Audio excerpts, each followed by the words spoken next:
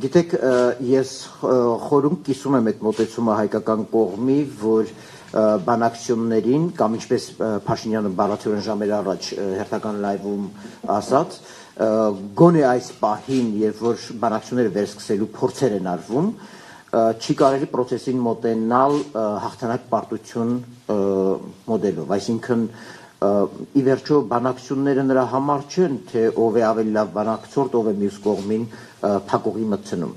Ու սրանից երևում է նաև այն նշանակությունը, որին հայկական կողմը տալիս է ընդհանրապես բանակցություններ կոչվող երևույթին։ Իդեպ մեկ ճշգրտում եւ հիշեցում Վիեննայի հանդիպման տեքստում դուք բառ անգամ չեք գտնի, որ դրանք կոչվում են բանակցություններ։ Դրանք կոչվում են անվանվել են հանդիպում։ Նախագահների հանդիպում Մինսկի խմբի ուրեմն ֆորմատում եւ իհարկե Ադրբեջանի նախագահը ինչպես միշտ բավական մեծազատություն է տալիս սեփական խոսքին, այն անվանելով, չգիտեմ, ինչ որ թռիչքային փուլ, մեկնարկային փուլ բանակցություններում, համենայն դեպս կարևոր է տեսնել, որ հայկական կողմի եւ ինձ թվում է նաեւ արդեն այլևս միջնորդների կողմից այս process-ին վերաբերմունքը հետևյալն է. Սրանք նախապատրաստություն են բանակցությունները վերսկսելու համար։ Իհարկե մենք տեսականորեն ցանկացած հանդիպում կարող ենք անվանել բանակցություններ, բայց դրանք կոչել Լեռնային Ղարաբաղի կարգավորման, այսպես ասեմ, խորը գործընթաց չենք կարող եւ այս կատարվածքով բնականաբար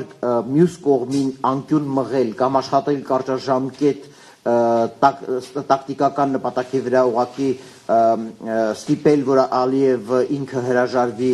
բանակցություններից եւ իր վրա վերցնի process-ի ձախողման պատասխանատվությունը կամ ուղղակի նրան անկյուն մղել, իհարկե ճիշտ չէ։ Ճիշտ չէ եւ ինչպես ասացի, սա ցույց է տալիս նաեւ բանակցությունների վերաբերյալ հայկական կողմի ընդգծված հետաքրքրությունը այն իմաստով, որ Վիեննայի տեքստը կարդալով տեսնում ենք, որ հայկական կողմի թիվ 1 խնդիրը ոչ միայն բանակցային ֆորմատի վերականգնումն է եւ բանակցությունների, այսպես ասեմ, համանորմալ պայմանների միջավայրի ապահովումը, այլ ընդհանուր առմամբ պատերազմի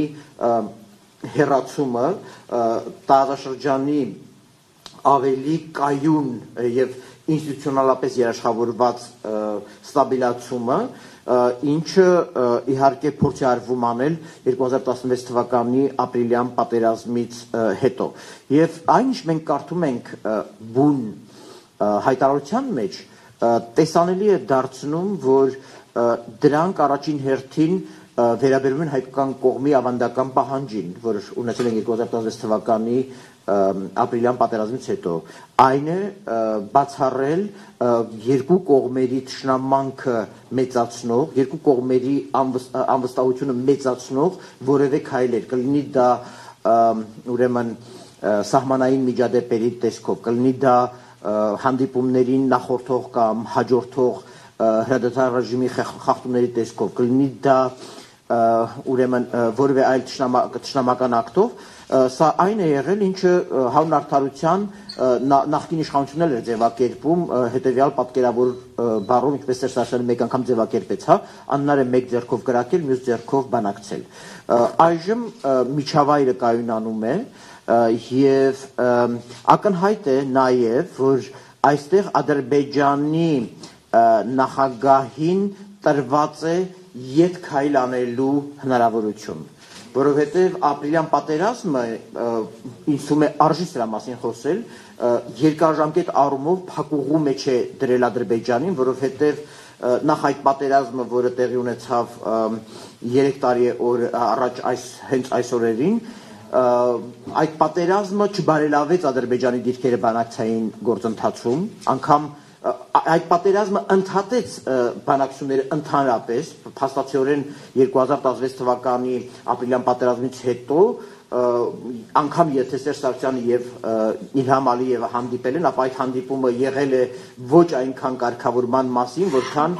կարգավորման փակուղիները հաղթահարելու։ Պարոն Սաֆարյան, այստեղ ուզում եմ մեկ հարց տալ եւ կուզեի բոլորը անդրադառնայիք այս հարցին, որովհետեւ սա շատ է հնչում, ասում է հետեւյալ, քանի որ խոսեցիք ապրիլյան պատերազմի մասին եւ հայտարարության տեքստում եւ համանախագահների եւ երկու կողմերի, որ հայտարարությամբ հանդես եկան, խոսվեց հղում կատարվեց Դուշանբեի պայմանավորվածություններին,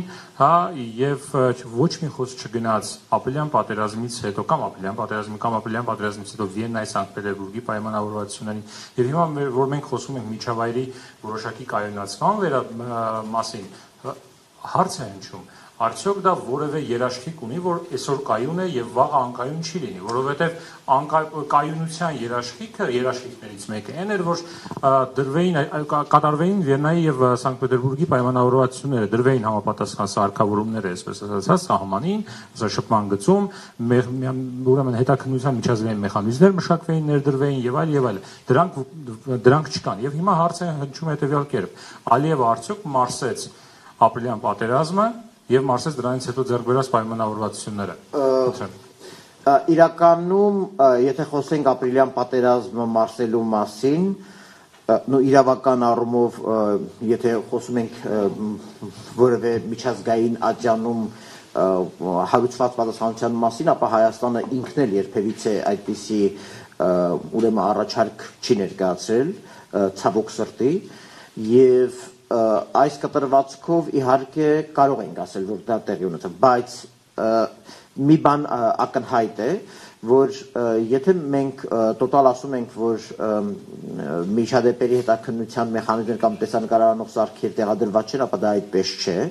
Այդ հետաքննության մեխանիզմների հարցը ուրիշ դաշտում էր, ի վերջո այսօր պատահական չէ, որ բոլոր ռազմական փորձագետները նշում են, որ Ադրբեջանը զրկված է անակնկալ բլիցկրիգային, այսպես ասած, սպասելի